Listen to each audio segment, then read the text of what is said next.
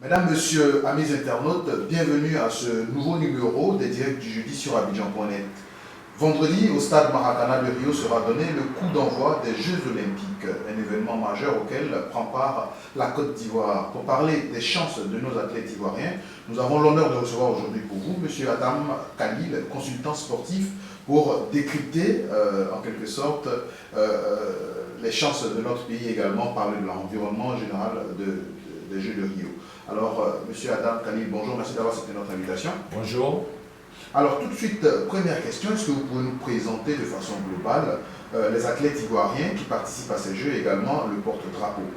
Ouais, vous avez déjà parlé de chance des athlètes ivoiriens à Rio. Est-ce possible? Et la présentation également, c'est Muriel Aoré qui sera le porte-drapeau de la Côte d'Ivoire, sinon des athlètes ivoiriens qui sont déjà présents à Rio. Et donc, il faut se dire qu'à travers elle, il y a eu quand même dans ces 5 dernières années une grosse marge de progression de l'athlétisme ivoirien, et donc ça réjaillit sur tout le sport ivoirien sur le plan international. Donc il était tout à fait logique, si l'on s'en tient déjà au discours du ministre des Sports François Albert Amicha et du président du comité national olympique, le général Lassana Palinfo, qui d'un commun accord ont décidé que ce soit Muriel Aoré qui soit le porte-drapeau de cette 11 athlètes au total de la Côte d'Ivoire qui partent à Rio et dans 6 disciplines différentes. Est-ce qu'on peut citer justement ces disciplines? Il y a déjà le taekwondo avec 3 taekwondoïnes, Ruth Babi, Mimina Kone et notre champion Sissé Cheikh Salah dans la catégorie de moins de 80 kg. Il y a l'athlétisme évidemment avec Muriel Aoré, Meïté Ben Youssef qui revient dans la course de manière extraordinaire, et puis le grand espoir qui se retrouve en la petite Talou Marie-Josée qui a ces derniers mois fait des choses remarquables. Il y a également au judo, il y a un peu moins d'espoir là-bas parce que le niveau de la petite d'abonnés n'est pas aussi élevé que ça, mais elle a tenu à participer avec sa fédération à ce banquet mondial. Il y a la natation qui aura 2 représentants, Teflan Talita et Dao Tibol. Et puis évidemment le tir à l'arc, on attend de savoir après la défection, on va dire, de l'archère Carla Frangilli, peut-être qu'aujourd'hui la fédération avec l'accord du CNO entend engager René Philippe, un autre archer, dans cette compétition. Alors, justement, on reviendra sur cette question de tir à l'arc, bien entendu, mais avant, parlons un peu de préparation. Pensez-vous aujourd'hui que nos athlètes ivoiriens ont été bien préparés quand on sait qu'à chaque fois, surtout en Afrique, on se plaint de ce que les moyens n'ont pas été donnés à temps pour les préparations? Est-ce qu'aujourd'hui, donc, on peut estimer que nos athlètes sont bien préparés pour remporter des médailles? Quand on parle de préparation, d'une manière générale, il y a des aspects physiques, techniques, qui relèvent purement du côté sportif et donc de la fédération et de ses encadreurs techniques. Mais il y a aussi un autre aspect, l'aspect financier, qui relève du domaine des autorités ivoiriennes pour ce qui est de la Côte d'Ivoire. Pour le premier aspect, concernant la préparation sportive, je pense que les fédérations, à travers leurs présidents et même des athlètes, ont fait l'effort quand même dans ces derniers mois d'être à un niveau où ils ont pu avoir des stages bloqués dans des pays. Notamment pour Sissé Cheikh Salah par exemple en taekwondo, il a pu quand même effectuer des voyages, que ce soit en Allemagne ou en Espagne, avec l'encadrement technique et l'aide du président de la fédération, Bamba Cheikh Daniel, qui ont réussi à être dans un programme de préparation. Est-ce que cela est suffisant sur la base du fait que les Jeux Olympiques quand même se préparent sur 4 bonnes années? Et malheureusement, en Côte d'Ivoire, on a pu constater que ce sont dans ces derniers mois, sinon dans cette année 2016, que certains athlètes ont pu réellement avoir des moyens pour participer à des stages. Mais hormis cela, leur participation dans des compétitions internationales ont permis aux sportifs ivoiriens de jauger quand même leur niveau. Cissé Cheikh Salah, il ne faut pas l'oublier, est champion du monde dans sa catégorie des moins de 80 kilos, un trophée qu'il a pu glaner l'année dernière, en 2015, à Moscou. Et donc, ce sont des indices qui prouvent qu'il a régulièrement participé à des compétitions qui vont lui permettre d'être dans une bonne dynamique et être bien en forme à Rio. Un peu également en athlétisme, ça a été le cas. On a pu voir en 2015 aux Jeux africains de très bonnes courses de Meïté Ben Youssef, de Talou Marie-José également, et à la Coupe d'Afrique des Nations d'athlétisme récemment, on a pu également à Durban voir que la Côte d'Ivoire s'en est sortie avec 3 médailles d'or au 100 mètres, doublement avec Meïté Ben chez les hommes, Muriel Laoré chez les dames, et aux 200 mètres, Talou Marie-José. Donc, ce sont des compétitions, on va dire, qui ont jalonné toute la saison, mais qui ont permis également à ces athlètes-là de pouvoir avoir un programme de préparation. Maintenant, pourquoi est-ce que ça n'a pas été fait depuis les 3 voire 4 dernières années? Évidemment, ça nous ramène à l'aspect financier où très souvent les autorités sont un peu en déphasage avec le programme de préparation sportif de ces athlètes-là. Et donc l'argent vient un peu en retard, même si on nous annonce un budget global de 646 millions environ de francs CFA pour la préparation et pour l'expédition à Rio, où je crois que c'est une centaine de millions qui sont remis pour les primes. Mais le ministre des Sports avait précisé à l'époque, il y a 2 mois de cela, que les athlètes sinon les fédérations devaient recevoir des chèques une enveloppe totale de 240 millions de francs CFA qui ont été distribués à ces 6 fédérations, notamment selon le budget de chaque athlète. Est-ce que ça a été le cas? Je pense que oui, puisque la confirmation a été faite maintenant. Est-ce que cette somme a pu réellement permis à ces athlètes-là d'effectuer des voyages, d'effectuer des stages bloqués? Parce que à ce niveau-là, ça coûte très cher. Peut-être que c'est à ce niveau que, on va dire, il y a un bémol. Justement, mesdames, messieurs, amis internautes, je rappelle que nous sommes en compagnie de M. Adam Khalil, consultant sportif avec qui nous essayons de décrypter, bien entendu, les chances des athlètes ivoiriens. Vous avez mis le pied dans le plat, parlant de préparation et de finances. Aujourd'hui, comme vous l'avez dit tout à l'heure, on sait que le budget global alloué à ces Jeux pour la participation de la Côte d'Ivoire est d'environ 646 millions, dont 103 millions environ également prévus pour les primes des athlètes. Vous, en tant que consultant sportif aujourd'hui, est-ce que vous pensez que ce montant n'est pas dérisoire pour cette compétition, notamment les Jeux Olympiques de Rio? Très honnêtement, je dirais que je vais emprunter votre mot, que c'est un montant dérisoire, un peu plus que dérisoire, parce qu'il est à distribuer à au moins une dizaine d'athlètes. Sinon 11, si on enlève Carla Frangini et Larcher. Je pense que ces primes-là sont des primes par objectif.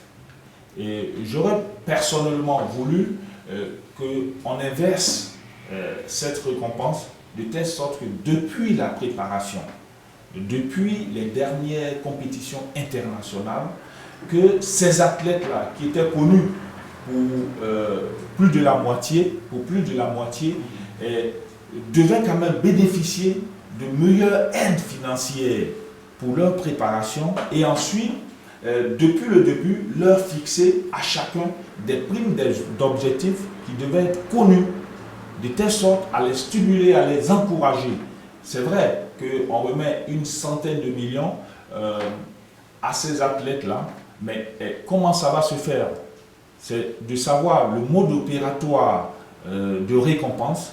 Et si aujourd'hui un athlète ivoirien remporte la médaille d'or aux Jeux Olympiques, quelle sera sa prime? Il faut également définir ce mode opératoire qui n'est pas encore fait, et on nous annonce une enveloppe globale d'une centaine de millions comme prime à distribuer à travers les athlètes, mais cela devra se faire selon les performances de chaque athlète. Qu'en est-il également des sponsors? Et ce sont des privés, ce sont des actions qui peuvent être menées par les fédérations sportives elles-mêmes et aussi par les athlètes.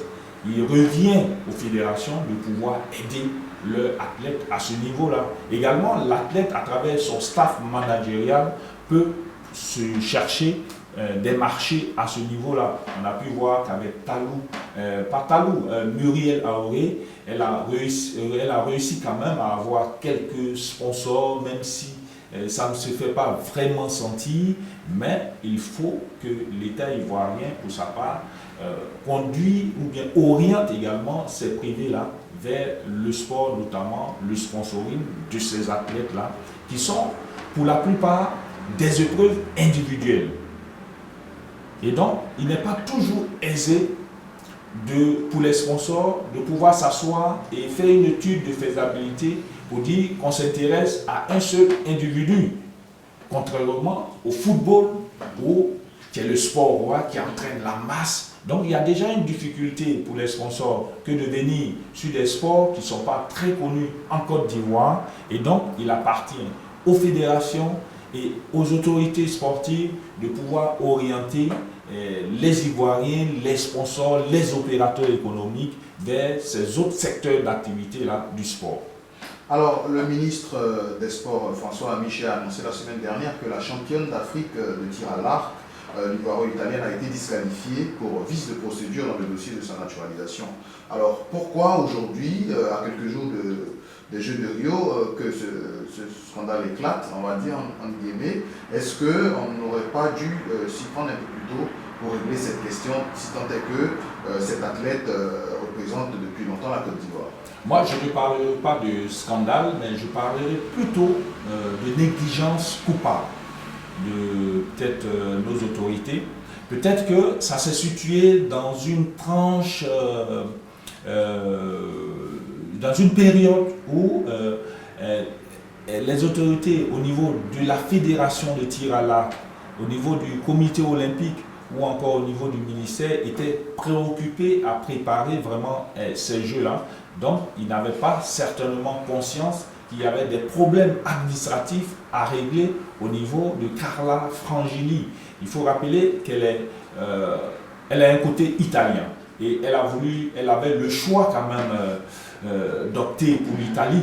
Elle a fait le choix de compétir et de rester avec la Côte d'Ivoire. Et comment se fait-il qu'elle remporte une médaille africaine en tant qu'Ivoirienne et quelques mois après, on découvre qu'elle n'a pas ses papiers de naturalisation? On parle de vice de procédure de forme. Moi, je dirais qu'il y a eu quand même une négligence coupable de la part de nos autorités. Tant au niveau de la fédération que du ministère? Oui, un peu partout. Il y a trois pôles, le ministère, la fédération et le comité olympique. Le comité olympique qui a joué les arbitres, évidemment, lorsqu'il reçoit les dossiers, qui est de voir si tous les athlètes remplissent les conditions au niveau sportif, c'est-à-dire les minima, au niveau du niveau, et ensuite les aspects administratifs. Et donc, quand le comité s'en est rendu compte, évidemment, l'imbroglio s'est installé. Malheureusement, Carla ne pourra pas participer alors qu'elle avait cette envie de le faire. Il faut dorénavant chercher à savoir si ces athlètes binationaux répondent à tous les critères administratifs de naturalisation. Ce sont des aspects qu'on peut résoudre le plus rapidement possible pour naturaliser un athlète.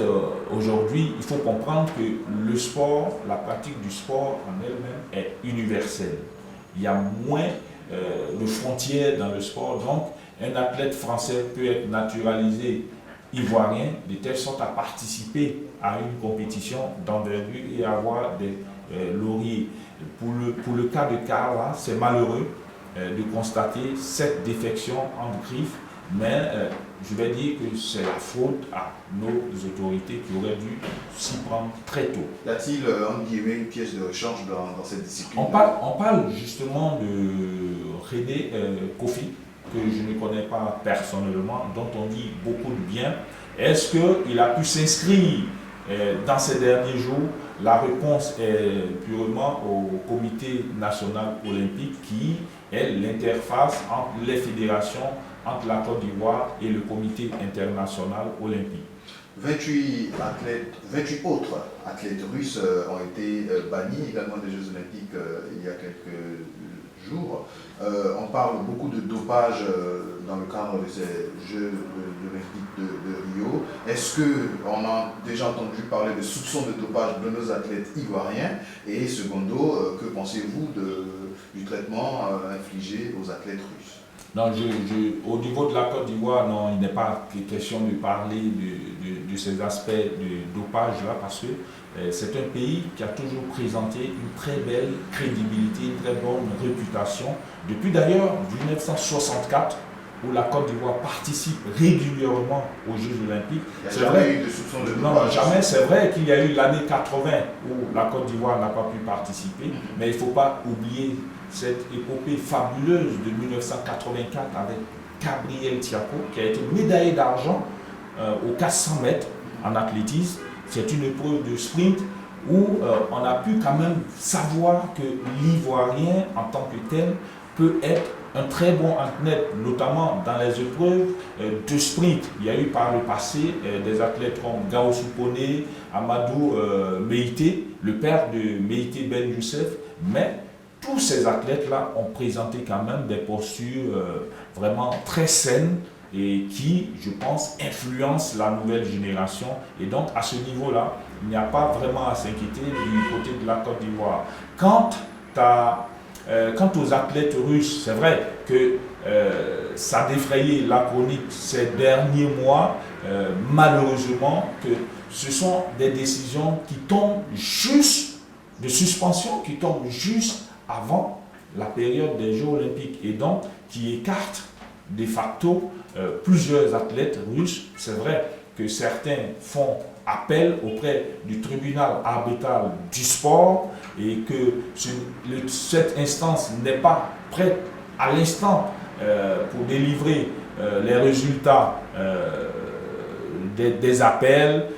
Malheureusement pour certains qui ne prendront pas part, mais c'est une bataille contre un fléau qui mine le mouvement olympique depuis des années. Souvenez-vous, l'affaire Ben Johnson dans les années 80. Et donc, pour le Comité international olympique, il est tout à fait normal de participer à des enquêtes, de pouvoir taper du poing sur la table pour pouvoir résoudre ce fléau quand même qui mine le milieu du sport. On a vu également à travers les médias une certaine lenteur dans la livraison des infrastructures, notamment dans le cadre de ces Jeux olympiques. Qu'est-ce qui peut être à la base de ce retard quand on sait que le Brésil a déjà organisé en 2014 la Coupe du Monde et qu'aujourd'hui on se retrouve face à cette situation? Il faut déjà se réjouir, vous le signifiez, qu'en 2014, le Brésil a organisé la Coupe du Monde de football, qui était un événement d'envergure, à l'image des Jeux olympiques. Donc, en l'espace de 2 années, un seul pays se voit organiser les 2 plus grands événements sportifs au monde. La Coupe du Monde de football et ensuite les Jeux olympiques. C'est peut-être qu'au niveau des préparatifs, ce même pays-là n'a pas réussi quand même à avoir le temps nécessaire de se consacrer aux Jeux olympiques. Mais ne soyez pas surpris, je pense que c'est un pays de sport. C'est d'abord un pays de football, mais de sport en général, et qui a l'expertise nécessaire avec l'aide du Comité international olympique pour l'organisation pratique. Mais d'une manière générale, au niveau des organisations de ces compétitions d'envergure, on a toujours quand même quelques derniers réglages à faire. Lors, par exemple, de l'Euro 2016 en France, on a pu constater que la France n'était pas totalement prête avec le phénomène des pelouses. Donc, il faut se dire que la compétition peut démarrer, mais évidemment, il y a toujours de petites choses à remettre en place. Donc, ça va peut-être se dérouler à ce niveau-là. Mais je pense que ce Brésil-là est prêt pour organiser les Jeux olympiques. Si l'on regarde déjà dans ces derniers jours au niveau de l'aspect sécuritaire déjà, qui est un aspect très important où les autorités ont pu mettre quand même la main sur ce qu'ils ont appelé d'éventuels actes terroristes qui pouvaient se créer pendant les Jeux Olympiques. C'était là ma dernière question. Est-ce que vous pensez que le Brésil a pris toutes les dispositions pour sécuriser tous ces athlètes internationaux? Il n'y a pas seulement que le Brésil qui va, sur cet aspect-là, être regardant là-dessus. C'est vrai que ça se déroule au Brésil, mais en même temps, au niveau des relations internationales, vous savez que la lutte contre ce fléau-là, contre le terrorisme, il y a un lien entre les pays très forts comme les États-Unis, la France, l'Allemagne, qui sont très regardants là-dessus. Figurez-vous que la Grande-Bretagne, par exemple, à Rio, aura pas moins de 500 athlètes. La France est dans l'ordre de 300. Les États-Unis, 400 athlètes. Et donc, sur les aspects sécuritaires, soyez-en sûrs que ces pays-là vont certainement aider le Brésil à pouvoir prévenir ce genre d'actes-là. Monsieur, alors nous allons terminer cette interview. Je rappelle que nous avons reçu pour vous aujourd'hui M. Adam Khalil, avec qui nous avons décrypté les chances des athlètes ivoiriens aux Jeux de Rio qui s'ouvrent dès demain au stade Maracana de Rio. Alors un dernier mot d'encouragement à nos athlètes avant de nous quitter. Cette nouvelle génération d'athlètes ivoiriens, que ce soit en taekwondo, en escrime, en athlétisme, ainsi de suite, doit pouvoir quand même marquer le coup. Et je pense qu'il y a du potentiel, il y a du talent en Talou Marie-José, Muriel Laoré, Meïté Ben Youssef, Sissé Cheikh Salah, et ainsi de suite, et tous les autres. Et donc, il faut pouvoir les encourager. Et donc, je pense qu'on va croiser les doigts pour pouvoir espérer réussir déjà les épreuves de série et ensuite rentrer dans les demi-finales et pourquoi pas des médailles au niveau de la finale. Abidjan.net de tout le groupe Weblogie encourage également tous nos athlètes ivoiriens. Adam Khalil, consultant sportif, merci d'avoir accepté notre invitation. Merci d'être venu décrypter avec nous les chances de nos athlètes ivoiriens. Amis internautes, quant à nous, on se retrouve jeudi prochain pour un nouveau numéro des Directs du jeudi. D'ici là, portez-vous bien.